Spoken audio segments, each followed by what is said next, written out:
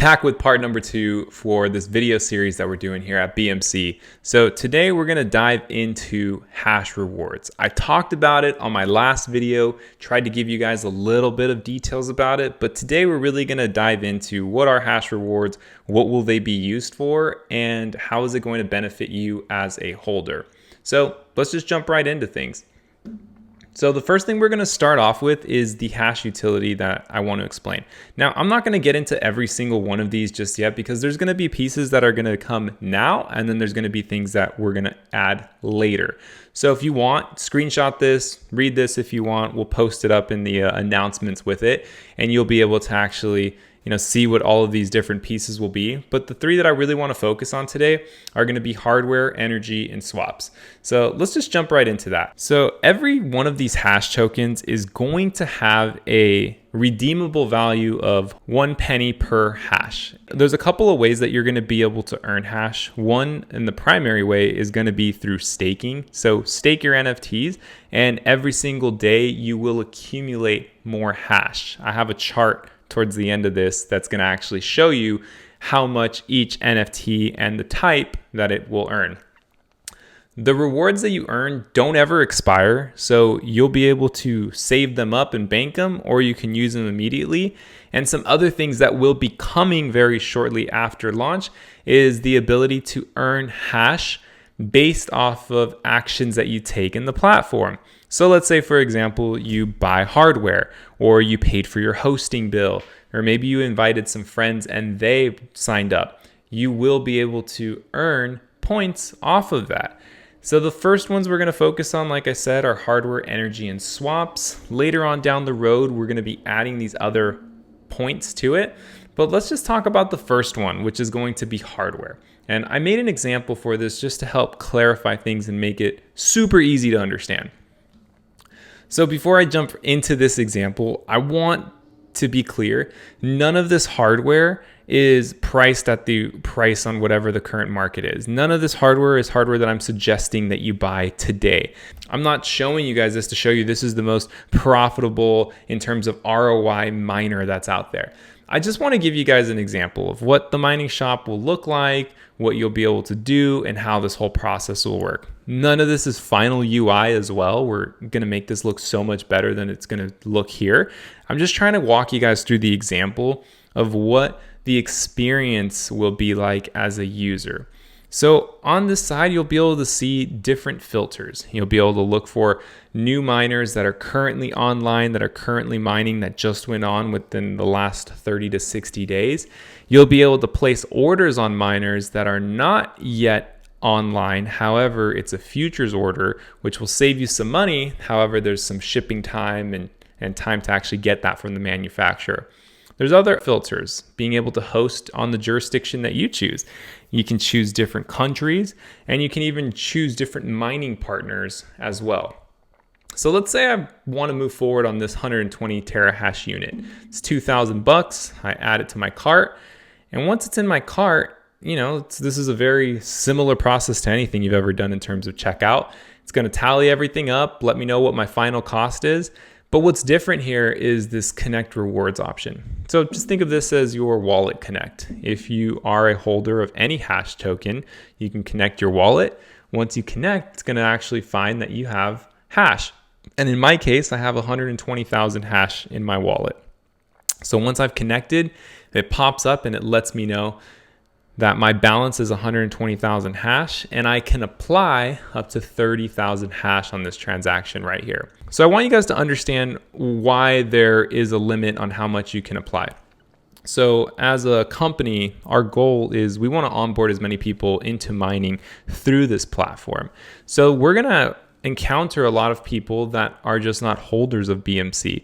If we're priced competitively and we're under Compass mining, it would make a lot of sense for people to want to come and mine with us in general because we have a turnkey solution. We're going to have a lot of platform features, but also we're offering a better pricing than the competitors. Now, imagine we not only offer better pricing, but we can also offer our reward members at cost pricing. So what do I mean by that? In this example, what I'm showing is that miner we're getting quoted and it's costing us $1,700. We're not planning to make any markup on this for holders that hold hash. If you have enough hash, you can apply that and get at cost pricing. So imagine if Compass is selling this miner at $2,200. Now we're selling it to the general public at $2,000, and we're lowering the price even more for our holders to give you guys at cost pricing. It just makes things so much better for holders being able to get the best pricing out there.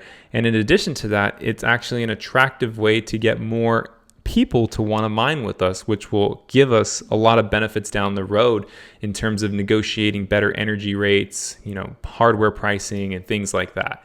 So I want to be clear, when things have a physical cost like hardware and energy, you'll be able to apply your hash to a certain extent. And anything beyond that, there are things that we're going to be including that you can apply to 100% of. So for example, you want to enter into a giveaway, we do future mints, we do power-ups and perks that are dropping. You can use all of your hash to 100% on those items. It's just when things have a physical cost, there's limits on what we can do. So let's talk about the current staking rewards.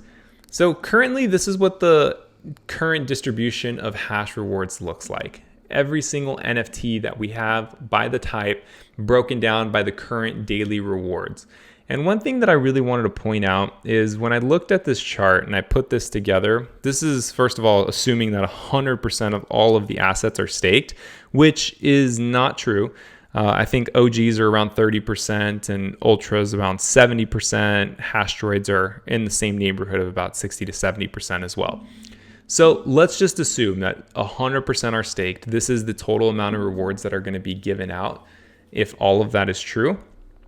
And one thing that really stood out to me is that the OG daily yield amount, if you look in the top right, is only 8%. I think that's a little low comparatively. So what I did is I took a look at this and I said, okay, OG's base are making 3, 5, 7, 10 if you look at the rewards, and then Hashdroids go from 5, 8, 20.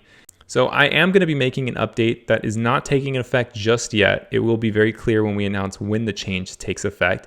But the change is going to be nerfing the Hashdroid base slightly, going from 5 a day to 3, and bumping up the OGs from 3 to 5. So we go 5, 7, 9, 12 versus 3, 5, 7, 9.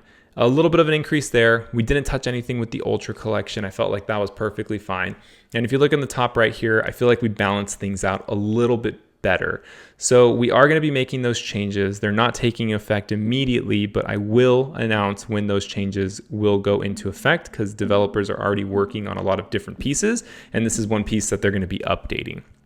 Now, I want to quantify what does this value mean to all the holders.